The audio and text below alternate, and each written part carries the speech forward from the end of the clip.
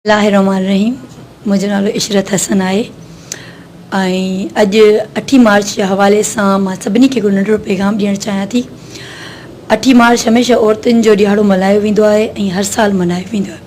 हर साल औरतूं रोडनि ते बि निकिरंदियूं आहिनि पंहिंजे हक़ वठण लाइ, पर बदकिस्मती इहा आहे त अञा ताईं औरतुनि खे उहे हक़ूक़ न मिली सघिया आहिनि जेके उन्हनि खे मिलणु खपनि।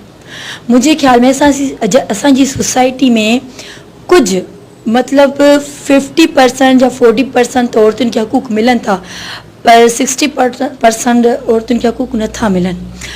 ऐं अॼु बि ॿाराड़ी में या शहर में औरतुनि खे कारो खारे करे मारियो थो वञे। अॼु बि मिल्कियत जे नाले ते औरतुनि खे शादी जहिड़े जेके हूंदो आहे उन खां महरूम रखियो थो वञे।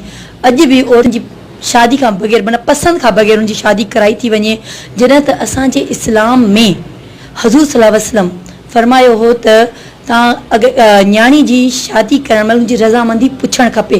पर अॼु बि सोसाइटी में केतिरा ई अहिड़ा मौज़ू जनम जा एतिरा वाक़िया जनम वठनि था जंहिंमें तव्हां ॾिसंदा आहियो त औरतुनि खे भेल बकरियुनि वांगुरु माना कढी ॿाहिरि कढी था छॾनि, मुख़्तलिफ़ माण्हुनि जे पले ॿधी था छॾनि। सो मां इहो चवंदसि त औरतुनि खे हक़ूक़ ॾिना वञनि। सिर्फ़ु इहे हक़ूक़ असां जलसा जुलूस करे नथा ॾेई सघूं, सिर्फ़ु कमरनि में वेही सेमिनार करे नथा ॾेई सघूं। इन लाइ असांखे अमली क़दम करणो पवंदो कि उन माना अगरि औरत खां ॿाहिरि निकिरे थी एजुकेशन लाइ कंहिं लाइ त उनखे अजीब नज़रुनि सां ॾिठो थो वञे। हीउ मुआशिरो सिर्फ़ु मर्दनि जो मुआशिरो आहे। इन जे निस्बत असां अगरि दुनिया ते नज़र विझंदासीं त पूरी दुनिया तरक़ी करे रही। छो करे रही आहे? इन करे जो औरत ऐं मर्द गॾु हली रहिया आहिनि, कुल्हे सां मिलाए रहिया आहिनि। हिकिड़े ई माना हू इहो नथा सोचनि त हीअ औरत आहे त हीअ कमु नथी करे सघे, न, उते औरत ऐं मर्द ॿिन्हिनि खे हिकु जेतिरा हक़ूक़ हासिल आहिनि। मां वरी बि चवंदसि त औरतुनि खे उहे हक़ूक़ ॾिना वञनि।